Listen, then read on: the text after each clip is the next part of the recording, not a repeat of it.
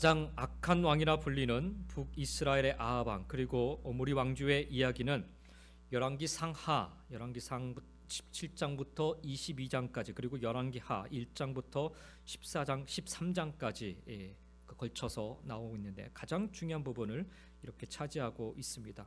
분량으로 보아도 열왕기 전체의 총 3분의 1 정도의 분량을 차지하고 있습니다. 상당히 많은 부분을 차지하고 있죠. 이렇게 많은 분량의 내용을 할애하면서까지 저자가 바벨론 포로로 끌려간 이 글의 1차적 독자들에게 남기고 싶은 의미는 무엇이었을까요?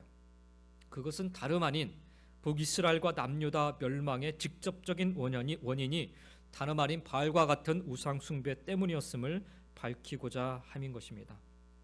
가장 암울하고 가장 악한 시대였던 아합 왕과 오므리 왕조 시대에 그래서 세상은 하나님을 찾지도 않고 하나님의 이름을 부르지도 않던 그 시대에 세상에서 하나님의 흔적을 찾기가 어려울 것만 같던 그 시대에 그런데 이상하게도 하나님은 가장 활발히 이스라엘 땅 곳곳에서 하나님 당신의 이름을 드러내시며 하나님 당신의 역사를 곳곳에서 나타내십니다. 바로 그 같은 역사적 증거가 엘리야와 엘리사의 이야기 안에 담겨져 있습니다.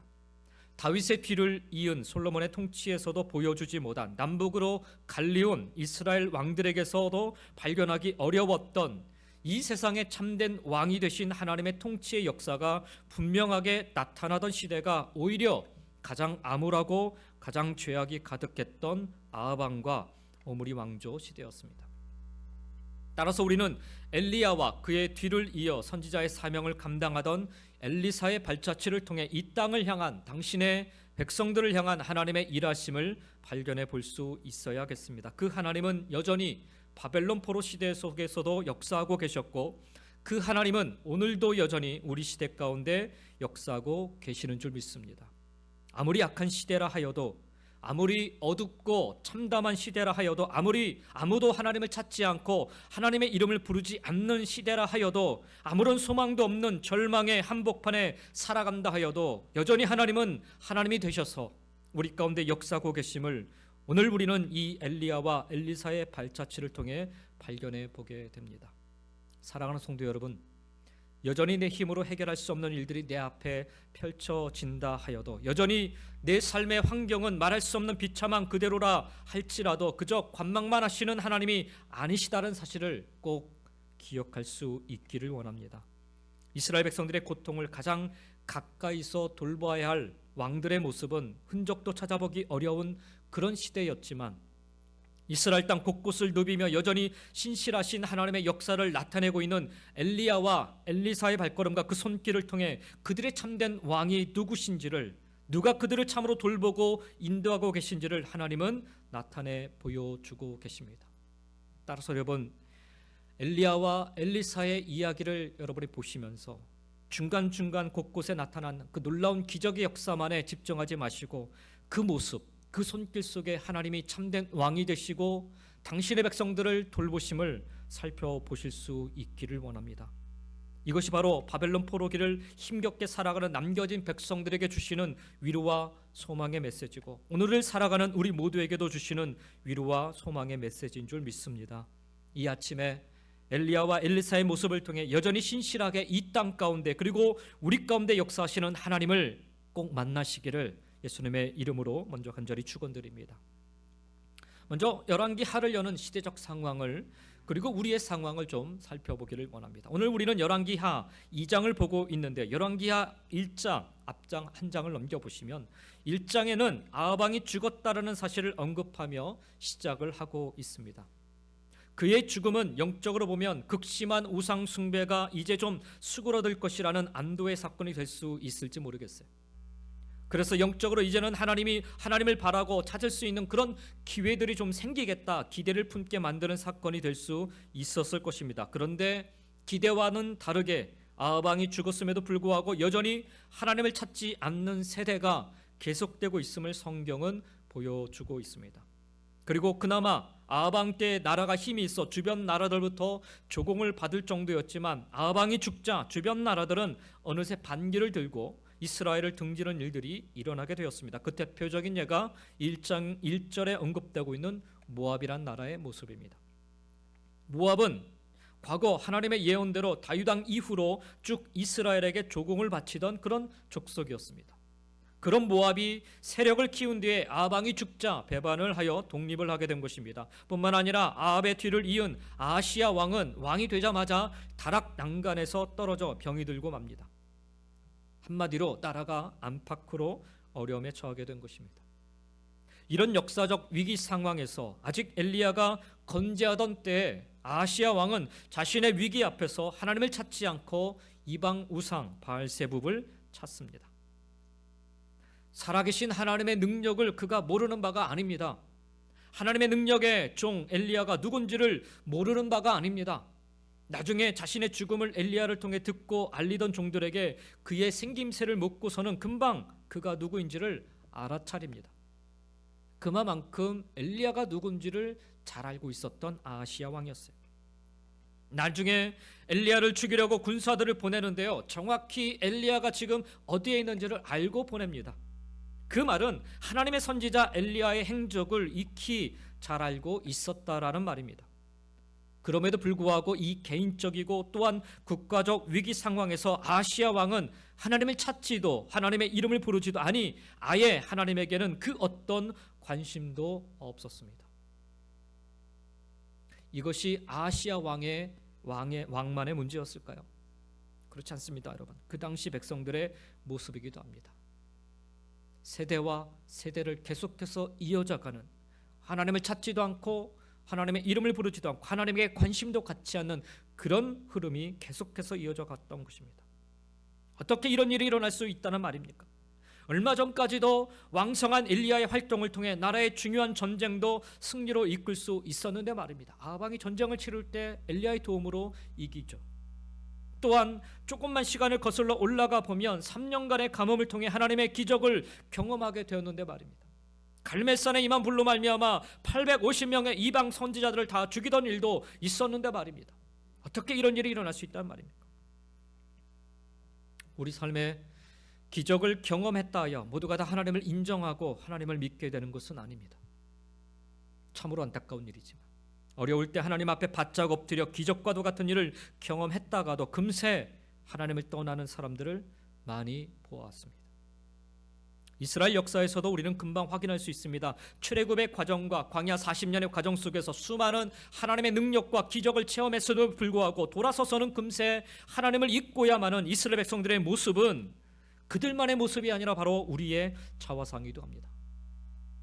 저 역시 이곳 미국 땅에 처음 발을 들여놓은 뒤로 살아계신 하나님의 능력으로 지금껏 기적적으로 살아왔음에도 불구하고 순간순간 하나님을 잊고선 하나님의 응답하심과 하나님의 역사하심이 더디게만 느껴질 때, 하나님이 내 편이 되어 주시지 않는 것만 같을 때 하나님께 원망과 불평을 쏟아내기가 일수일 때가 많았습니다.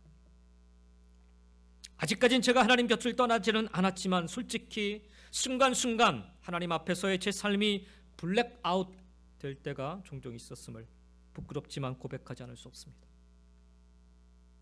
하나님을 몰라서일까요? 아니요, 우리 모두는 하나님을 잘 알지요. 그럼에도 불구하고 여전히 내 삶을 내 스스로 컨트롤하려 하다 보니까, 하나님을 내 삶의 주인으로 모시고 섬기며 살지 않으려 하다 보니까 우리는 지금도 하나님 앞에서의 삶이 블랙아웃 될 때가 있다라는 사실입니다. 하나님이 살아계심을 알고 있음에도 불구하고 하나님을 찾지도 하나님의 이름을 부르지도 않습니다. 여기 열왕기하 1장에 등장하고 있는 아하시야 왕처럼, 그리고 그 당시 이스라엘 백성들처럼 그들과 우리가 전혀 다를 바가 없어요. 근데 아하시야 왕은 여기서 한 발 더 나아가 살고 싶어 바알세붑에게 가서 묻고자 한 자신에게, 열왕기상 1장 4절에 보니까 여호와의 말씀이 네가 올라간 침상에서 내려오지 못할지라 네가 반드시 죽으리라 하셨다 하라. 엘리야가 한 말입니다. 엘리야가 어떻게 알고 자신의 죽음을 선언해 버리자 하나님의 말씀을 그대로 전한 엘리야에게 그만 분노하여 아하시야 왕이 엘리야를 죽이려 합니다. 지금까지 그토록 악한 아합 왕도 감히 함부로 엘리야를 죽일 수 없었어요. 그런데 아하시야는 군사까지 보내 엘리야를 죽이려고 시도를 합니다. 물론 번번이 그 시도는 실패로 끝나고야 말지만요. 하나님을 향한 불신앙에서 그치는 것이 아니라 불신앙을 넘어 분노하며 하나님을 대적하는 일을 서슴지 않고 있는 아시아 왕의 모습을 우리는 열왕기하 1장에서 보게 됩니다. 내가 원하는 대답을 듣지 못하면, 다시 말하면 내가 원하는 대로 일이 이루어지지 않으면 우리도 아시아 왕처럼 쉽게 분노하고 대적하고야 합니다. 이것은 바벨론 포로기 시대의 백성들이 보여주었던 모습 그대로입니다. 나라가 망하던 순간에 처음부터 항복하고 바벨론 포로에 끌려가기를 주저하지 말라라는 선지자들의 말에 백성들은 분노하였고 극렬하게 반항하였습니다. 아니, 좀 싸워봐야지 왜 두 손 들고 항복하라 하십니까? 심지어는 그렇게 이야기하는 선지자들을 가두고 때리고 죽이기까지 하였습니다. 하나님의 경고를 통해 그들은 분명 회개하고 하나님께로 돌이켰어야 했음에도 불구하고 그들은 오히려 분노했고 오히려 대적하고야 말았습니다. 아시아 왕이 병들어 죽게 되는 순간에 굳이 하나님께서 선지자 엘리야를 통해 이 말씀을 전하신 이유는 무엇이겠습니까? 적어도 이 말씀을 듣고서 그가 돌이키기를 원하셨기 때문 아니었는지요. 병들어 곧 죽게 된 히스기야 왕, 우리가 잘 아는 것처럼 그때 이미 그의 죽음은 기정사실화 되었던 일이었습니다. 그럼에도 불구하고 하나님의 말씀하심에 돌이켜 회개의 기도를 드린 히스기야 왕은 하나님의 긍휼하심을 입어 그의 생명이 연장이 되었지요. 그의 생명의 연장으로 말미암아 이스라엘 백성들은 하나님께로 돌이키는 회복의 역사를 이루게 됩니다. 사랑하는 성도 여러분, 하나님의 음성이 우리에게 들려질 때 그것이 축복의 말씀이든 그것이 저주와 심판의 말씀이든 우리는 그 말씀을 곧 살아계신 하나님의 말씀으로 믿고 받고 순종과 결단의 삶, 회개와 돌이킴의 삶을 살아내야 하는 줄 믿습니다. 그러지 못하면 엄한 사람만 죽어나는 것입니다. 아시아의 이 고집스러운 불순종과 대적으로 말미암아 결국에 50명씩 사람을 보내잖아요. 102명의 엄한 사람들 목숨만 죽어나갔어요. 나만 죽는 것으로 끝나는 게 아니라, 나만 망하는 것으로 끝나는 것이 아니라 주변 사람들에게 커다란 피해를 주고야 만다라는 사실을 우리는 이 아시아 왕의 모습을 통해 교훈받게 됩니다. 처음 바벨론 포로로 끌려갔을 당시만 해도 불평과 원망의 소리가 하늘을 찔렀을 거예요. 하나님 정말 살아계신 거 맞나? 살아계시다면 아니 우리에게 어떻게 이렇게 포로 신세로 그냥 죽으라 이렇게 그냥 방관만 하시는가? 그러나 어느 순간부터 그들의 입술에 불평과 분노와 대적의 목소리는 잠잠해지기 시작했습니다. 하나님의 음성에 귀를 기울이기 시작을 합니다. 그것이 심판의 말씀이었음에도 불구하고 말입니다. 그리고는 그 심판의 말씀 속에서 무엇을 해야 하는지를 그들이 깨닫기 시작을 합니다. 심판의 말씀이라 할지라도 그 말씀을 붙잡습니다. 그 말씀을 하신 이는 바로 하나님이시기 때문입니다. 하나님의 말씀하신 대로 심판이 이루어졌다라면 그 말씀하신 대로 다시금 회복시켜 주실 줄 믿는 믿음 안에 그들은 서기 원하였기 때문입니다. 아합이 죽은 뒤에 상황이 좋아지지 않을 수 있어요. 모압이 배반을 하고 다락 난간에서 떨어져 병이 드는 그런 악재가 계속해서 일어날 수도 있습니다. 그럴 때 우리는 세상의 방법을 찾고자 세상에게 묻고자 하는 어리석음에서 벗어나야 합니다. 하나님의 백성이라 말입니다. 하나님을 안다면 우리는 그렇게 해야 됩니다. 먼저 하나님을 찾고 먼저 하나님의 음성을 듣고자 힘써야 하는 것입니다. 그것이 살 길입니다. 아시아 왕의 결과는 이미 하나님이 작정하신 뜻이었어요. 그는 죽는 거였어요. 그럼에도 불구하고 하나님께서 그에게 돌이킬 수 있는 기회를 주셨는데 그들은 아시아 왕은 그리고 백성들은 그 뜻을 외면하고 말았다는 것입니다. 오늘 우리에게 하나님의 음성이 들려질 때 이미 작정하신 하나님의 뜻이라 할지라도 그 말씀을 하나님의 말씀으로 믿고 듣고 깨닫고 돌이켜 회개하고 결단하는 저와 여러분의 모습이 되기를 주의 이름으로 간절히 축원드립니다. 바로 그러한 시대적 위기 상황 속에서 오늘 본문 2장 1절은 이렇게 시작을 합니다. 여호와께서 회오리 바람으로 엘리야를 하늘로 올리고자 하실 때, 엘리야의 시대를 끝내고 다음 세대를 일으켜 세우시고자 함이 바로 하나님의 뜻이라는 말입니다. 그리고 그 일을 이미 작정하셨다라는 말씀이 바로 2장 1절의 선언인 것입니다. 그 작정하신 대로 이제 그 일을 이루어 가시는 하나님의 역사를 우리는 오늘 본문 속에서 보게 됩니다. 근데 왜 하필 지금일까요? 엘리야가 나이가 들어서 늙어서 더 이상 일을 할 수 없기 때문일까요? 지금 한창 뜨겁게 일을 하고 있는 왜 이 타이밍에 하나님은 엘리야 시대를 끝내려 하시는 것일까요? 우리는 정확히 하나님의 마음과 그 뜻을 알 수 없습니다. 그러나 분명한 한 가지 사실은 하나님이 정하셨고 하나님이 일하기 시작하셨다라는 것입니다. 그 사실을 엘리야도 알고 그를 쫓던 엘리사도 알고 그 당시 이스라엘 땅 곳곳에 있던 선지자들도 알게 되었습니다. 이 글을 읽고 있던 바벨론 포로의 독자들 입장에서 생각해 보면 왜 바벨론 포로여야만 했던 것일까요? 아무리 항변해도 소용이 없습니다. 이미 오래전부터 하나님은 우상 숭배에 찌든 이 이스라엘 백성들을 고치시기 위해 앗수르를 들어 치시기로 작정하셨고 바벨론을 들어 멸하시기로 작정하신 일이셨고 하나님이 친히 이 일을 이루어 가셨어요. 부정하고 싶지만 이미 이스라엘 백성들이라면 이제 다 아는 사실입니다. 그러면 이제 어떻게 해야만 하는 것일까요? 이제 자신의 때가 끝이 난다라는 사실을 알게 된 이 엘리야의 입장에서 우리가 생각을 해보면 저 같으면 무척이나 서운할 것만 같습니다. 겉으로는 아주 홀가분하고 시원하다 말하겠지만 속내는 아주 선할 것 같습니다. 목회를 오래 하시다가 은퇴를 하신 목사님들이 겪게 되는 이 감정의 그 기복, 감정의 그 아픔들이 바로 이런 내용이라 생각을 합니다.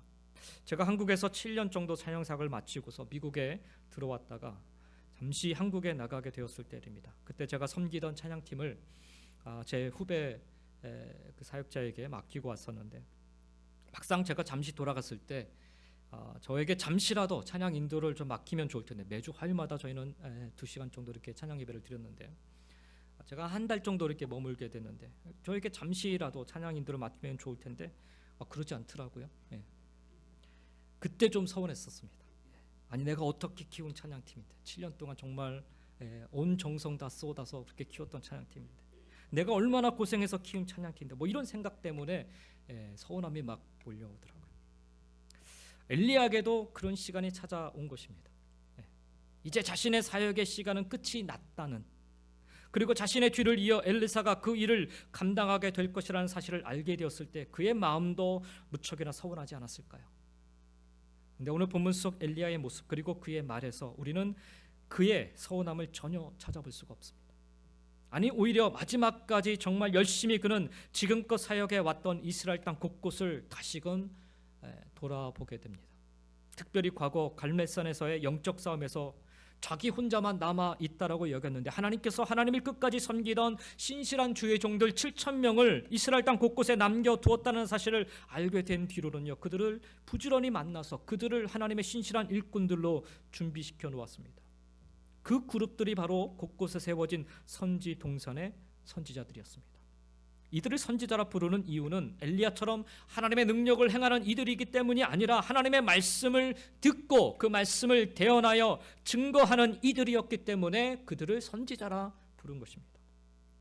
어떤 사람들은 묻습니다. 아니 그렇게 많은 선지자들이 이스라엘 땅 곳곳에 있었는데도 불구하고 왜 이스라엘은 그리도 속수무책으로 멸망당해야만 했는가? 그런 생각 안 해보셨나요? 그런 생각이 들더라고요. 7,000명이나 되는데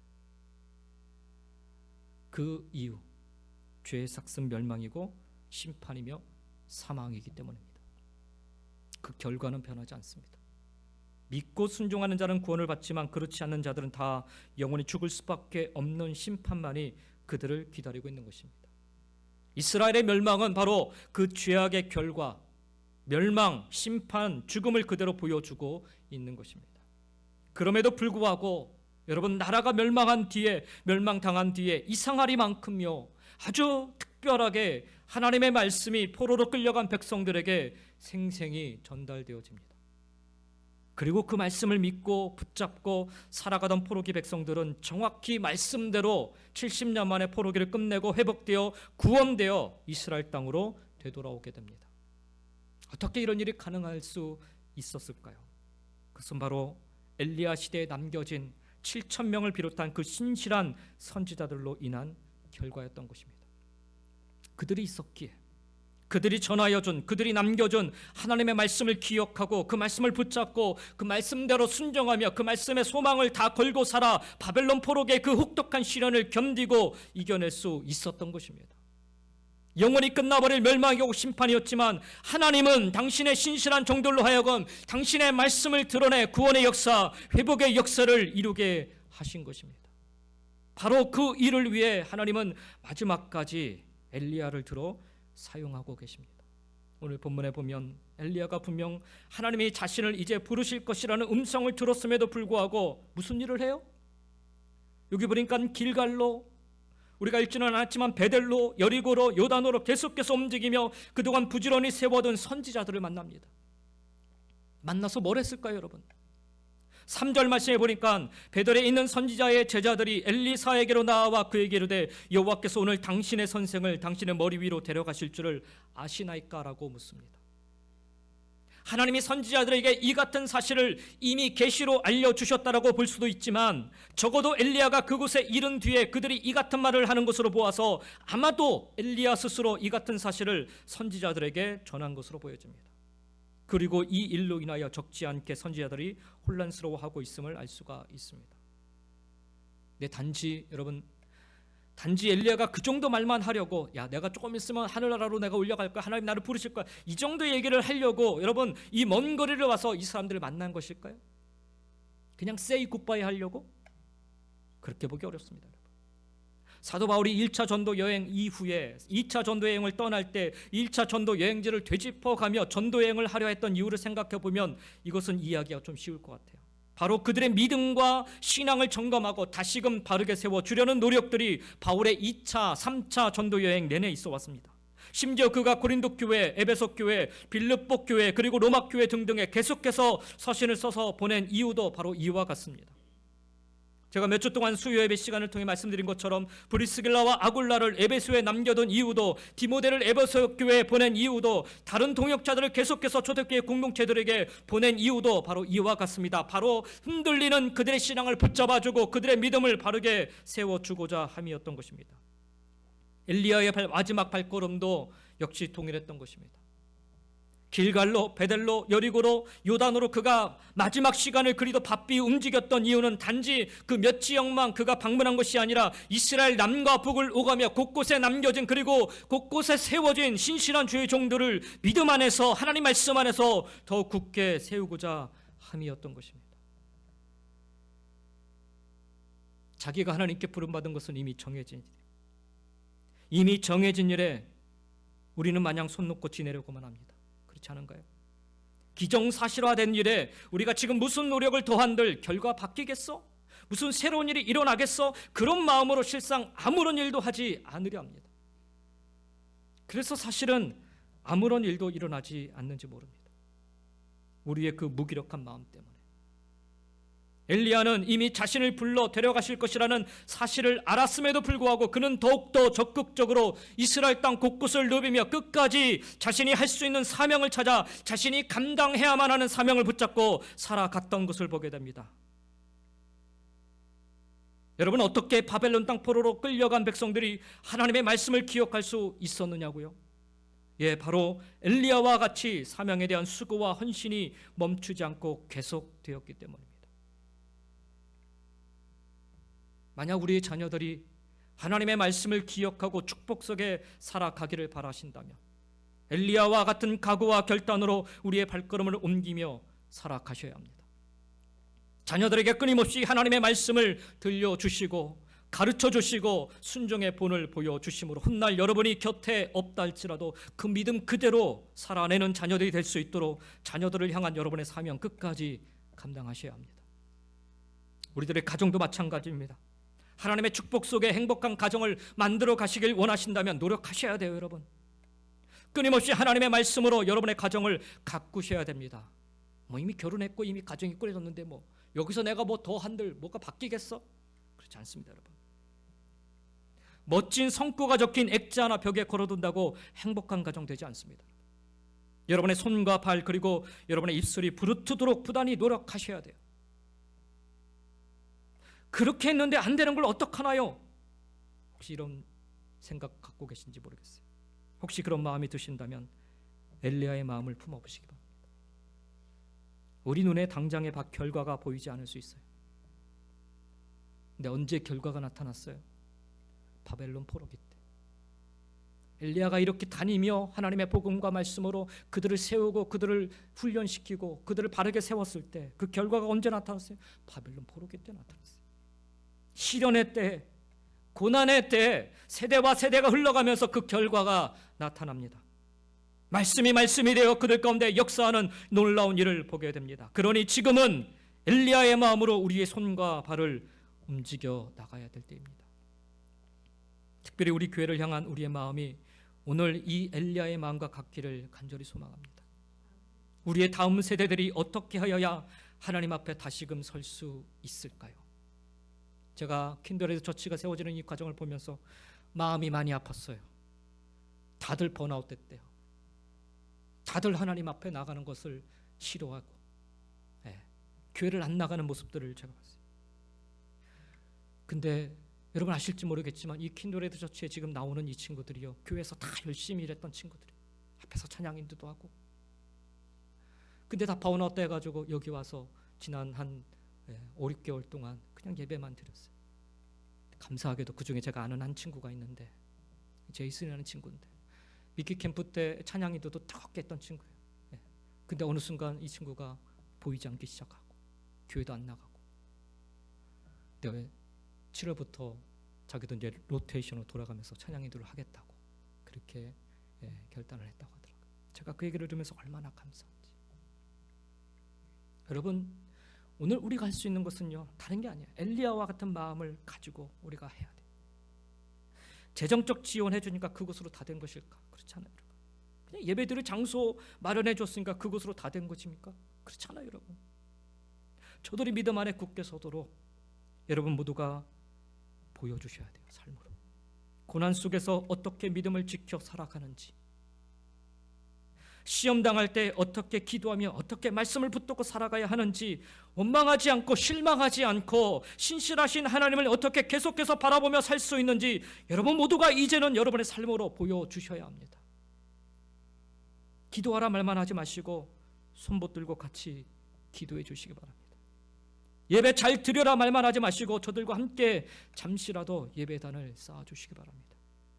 사랑한다 말만 하지 마시고 저들이 실수했을 때 화내지 마시고 용서해 주시고 그 실수를 덮어주시기 바랍니다. 그리고 뜨겁게 안아주시기 바랍니다. 저는 엘리야가 바로 길갈로 베델로 그리고 여리고로 그리고 요단으로 다니며 그 같은 일을 했다라고 믿습니다. 그래서 그들은 훗날 바벨론 포로기를 이겨낼 신실한 믿음의 일꾼들, 바벨론 포로기에 하나님의 말씀을 온전히 전하여 살아갈 수 있었다라고 믿습니다. 하나님은 이미 작정하셨습니다. 그럼에도 우리는 오늘 이 엘리야의 마음으로 우리가 해야 할 일을 놓치지 말고 끝까지 감당할 수 있어야겠습니다. 바로 그 모습을 통해 하나님의 나라는, 하나님이 이루실 회복은 시작되고 이루어질 것입니다. 두 번째로 엘리사의 입장에서 한번 생각해 보겠습니다. 하나님은 이미 엘리야를 불러 가시기로 작정하셨는데, 다른 말로 표현하면 엘리야는 이제 곧 죽게 된다는 말인데, 그럼 엘리사의 입장에서는 아무런 일도 할 것이 없는 것 아닙니까? 어차피 하나님이 작정하신 일이니까요. 근데 오늘 엘리사는 이미 작정하신 하나님의 뜻 앞에서 두 가지를 스스로 작정하고 행동에 옮깁니다. 그 첫째는 엘리야 곁을 떠나지 않고 끝까지 지키는 것입니다. 오늘 2장 안에서 엘리야가 길갈에서 베델로 여리고로 요단으로 움직여가는 동안에 엘리야가 번번이 엘리사에게 이런 요청을 합니다. 2절 말씀을 보실까요? 엘리야가 엘리사에게 이르되 청하건대 너는 여기 머물라, 여호와께서 나를 베델로 보내시느니라.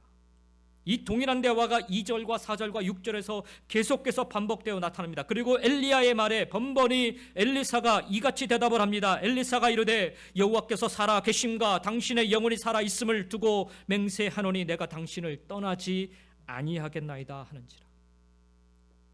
성경에 보면 이와 비슷한 모습으로 끝까지 그 곁을 지킨 이들이 있었습니다. 그 중에 대표적인 사람이 시어머니 나오미 곁을 떠나지 않고 끝까지 따라 나선 롯입니다. 자신을 떠나 네 고향으로 돌아가라는 그 어머니 나오미 말에 롯이 이렇게 대답을 합니다. 아니니이다. 우리는 어머니와 함께 어머니의 백성에게로 돌아가겠나이다 라고 얘기합니다. 훗날 그는 다윗의 증조모로 예수님의 족보에 이름을 올리는 그런 놀라운 축복을 받게 됩니다. 이방 여인임에도 불구하고 하나님의 구원의 역사를 이을 중요한 사람으로 남게 된 것입니다. 끝까지 그 자리를 지키며 남았을 때, 예수님이 돌아가셨을 당시에도 제자들은 다 도망가 버렸지만 그 곁을 끝까지 지킨 이들이 있었습니다. 바로 마리아를 비롯한 여인들이었습니다. 결국 그들은 예수 부활의 첫 번째 증인으로 예수님의 부활의 주님을 전하는 그 축복의 사람들이 되고야 맙니다. 엘리사는 엘리야 곁을 떠나지 않고 그 끝까지 그의 곁을 지킴으로 엘리야와 함께 하신 하나님을 자신의 삶 속에서 그대로 재현해 가며 변함없는 하나님, 신실하신 하나님을 이스라엘 땅 가운데 나타내 증거하게 됩니다. 엘리야의 곁을 지킨 엘리사의 마음을 다 헤아려 알 수는 없지만 적어도 한 가지만은 확실합니다. 엘리야와 함께 하신 하나님은 진정 살아계신 하나님이십니다. 그 하나님을 나도 끝까지 믿고 따르겠습니다 라는 그 마음입니다. 바로 이 같은 마음으로 그는 엘리야와 끝까지 함께 하였던 것입니다. 여러분은 누구와 함께 하시겠습니까? 누구의 곁을 끝까지 지키시겠습니까? 물질적인 도움을 줄 이들과 함께 하시겠습니까? 나에게 유익을 주고 내게 도움을 줄 이들과 끝까지 함께 하시겠습니까? 세상은요, 힘이 있는 쪽으로 늘 움직여 살아갑니다. 그게 지혜라고 얘기를 합니다. 그러나 하나님을 믿는 사람들은 하나님을 믿는 사람들과 함께 살아가야 합니다. 믿음 있는 곳에 믿음 있는 사람들과 끝까지 함께 할 수 있어야 합니다. 말씀이 있는 곳에 말씀에 순종하는 사람들과 끝까지 함께 할 수 있어야 합니다. 바벨론 포로기 백성들이요 그 고난의 시간을 버틸 수 있었던 이유는 그들은 그 땅에서 회당을 세우고 하나님의 사람들과 하나님의 말씀을 들으며 끝까지 함께하며 지내었기 때문입니다. 이것이 그들이 하나님의 약속의 성취를 볼 수 있었던 이유였던 것입니다. 하나님의 언약이 성취되기 위해서는 하나님의 사람들과 끝까지 함께 할 수 있어야 합니다. 세상을 쫓아서 살지 마시고 세상의 물질과 권력과 명예를 쫓아 살아가지 마시고 거기에 목숨 걸지 마시고 엘리사처럼 엘리야 곁을 끝까지 따라 지키며 살아가시기를 주의 이름으로 간절히 축원드립니다. 하나님 살아계심의 역사가 엘리야의 삶을 넘어 엘리사의 삶 속에서도 여전히 나타나셨듯이 그렇게 끝까지 따라 지키며 살아갈 때 우리에게도 동일하게 하나님께서는 역사하여 주실 줄 믿습니다. 엘리사는 이미 작정하신 하나님의 뜻 앞에서 첫 번째로는 엘리야 곁을 떠나지 않고 끝까지 지키는 것을 작정하고 행동에 옮겼고요. 또 다른 하나는 엘리야의 능력을 갑절이나 구하는 것이었습니다. 9절의 말씀을 보십시오. 엘리야가 엘리사에게 이르되 나를 네게서 데려감을 당하기 전에 내가 네게 어떻게 할지를 구하라. 엘리사가 이르되 당신의 성령이 하시는 역사가 갑절이나 내게 있게 하소서 하느니라 라고 구합니다. 이러려고 엘리사가 엘리야를 그토록 따라다녔구나 라고 생각하실 수 있으실지 모르겠습니다. 갑절의 능력을 얻으려고. 저도 예전에 이 말씀을 제대로 이해하지 못했을 때는 그렇게 기도를 했었습니다. 하나님, 엘리야에게 임했던 그 갑절의 능력을 제게 주십시오. 그래야 하나님이 일을 할 수 있지 않습니까? 그런 기도를 제가 드린 적이 있습니다. 근데 여러분, 지금 이 엘리사가 구하려는 것이 무엇인지를 안다면 사실 그 고개를 갸우뚱할 수밖에 없습니다. 엘리야가 분명 하나님의 능력의 사람인 것은 맞습니다. 그런데 엘리야도 사람인지라 자신이 감당한 사역으로 말미암아 엘리야는 번번이 고난에 처할 수밖에 없었어요. 가뭄을 선포한 뒤에 그가 걸어갔던 그 행보를 보면요, 그는 내내 숨어 지내야만 했습니다. 뿐만 아니라 갈멜산에서의 싸움 이후에 그는 이세벨의 그 엄포에 두려워 쫓기다시피 하여서 이스라엘 최남단 광야 속으로 도망을 가야만 했습니다. 거기 로뎀나무 아래서 죽기를 청하는 그런 처량한 신세가 되고 맙니다. 오늘 보면 바로 앞장인 1장에서도 보면 아하시야 왕에게 죽음을 선언한 뒤에 아하시야 왕이 계속해서 군사를 보내자요 엘리야가 두려움에 빠집니다.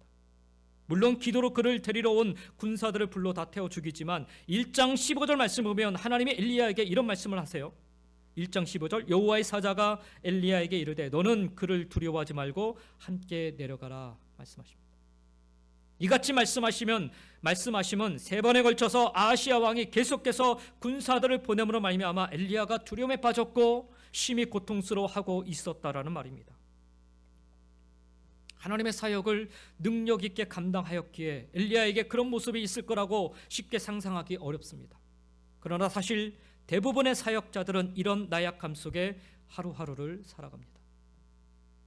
엘리야가 능력 있는 사역을 감당하였다 하여 그가 부유하게 살았다라는 흔적 찾아볼 수 없습니다. 오히려 그는 털옷을 입고 산속에서 굶주림 속에 살아야만 했습니다.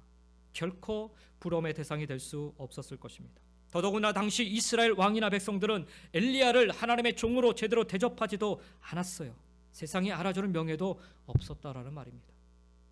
그런데 엘리사가 엘리야의 뒤를 이어 그가 걸어갔던 그 길을 가려고 하는 것입니다. 그가 구한 것은 정확히 엘리야가 감당한 사역, 그 사역을 감당하기 위해 갑절의 능력을 달라 구하고 있는 것입니다.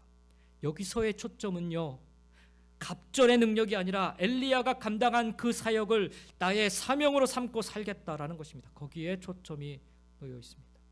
그러기 위해서는 당신보다는 나는 갑절의 능력이 있어야 겨우 그 사명을 감당할 수 있다라는 고백인 것입니다.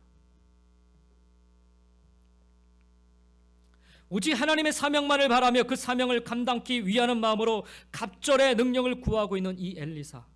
그래서 엘리야는요, 엘리사에게 야, 네가 어려운 일을 구하는구나 라고 대답을 합니다. 자기에게 임한 능력보다 그 갑절의 능력을 주기가 어렵다 한 말이 아니라 네가 구하는 일, 그 일은 정말 힘들고 어려운 일인데 네가 그것을 구하는구나 라는 의미로 하고 있는 말입니다. 이 사명의 길을 가려느냐? 이거 정말 어려운데 이걸 네가 지금 구하고 있어. 이거 정말 힘들고 어려운 일인데. 그 의미로 한 말입니다. 자신이 걸어온 길이 어떠한 고난의 길이었는지를 잘 아는 엘리야는 선뜻 이 길을, 이 사명을 엘리사에게 물려주고 싶지는 않았던 것 같습니다. 그래서 길갈에서부터 베델에서, 여리고에서, 그리고 요단에 이르기까지 계속해서 그를 밀어내려고만 했던 것 같습니다. 그럼에도 불구하고 엘리야는 엘리사가 자신의 뒤를 이어 살아계신 하나님의 말씀으로 나라를 깨우고 백성들을 깨우는 이 사명을 계속해서 이어가기를 원하였던 것입니다. 그래서 10절에 이런 말씀을 나눕니다. 네가 어려운 일을 구하는구나. 그러나 나를 네게서 데려가시는 것을 네가 보면 그 일이 네게 이루어지려니와 그렇지 아니하면 이루어지지 아니하리라. 엘리사야, 네가 끝까지 나와 함께 한다면, 그래도 나와 같이 이 길을 걷기를 원해서 끝까지 나와 함께 한다면 능히 이 길을 걸어갈 힘과 능력을 하나님이 내게 갑절이나 너에게 도와여 주실 것이다. 그러니 끝까지 믿음의 길에 서 있으려. 하나님의 작정하신 뜻이 무엇인지를 알고 있었던 엘리사. 그것은 단지 엘리야의 시대를 끝내시는 것만이 아니라 그것은 여전히 이 백성들을, 이 나라를 하나님의 말씀으로 깨워야 한다라는 것이었습니다. 그러기 위해서는 내 힘으로는 안 되니 성령의 능력, 갑절의 능력이 필요했던 것입니다. 그래서 그토록 간절하게 매달렸던 것입니다.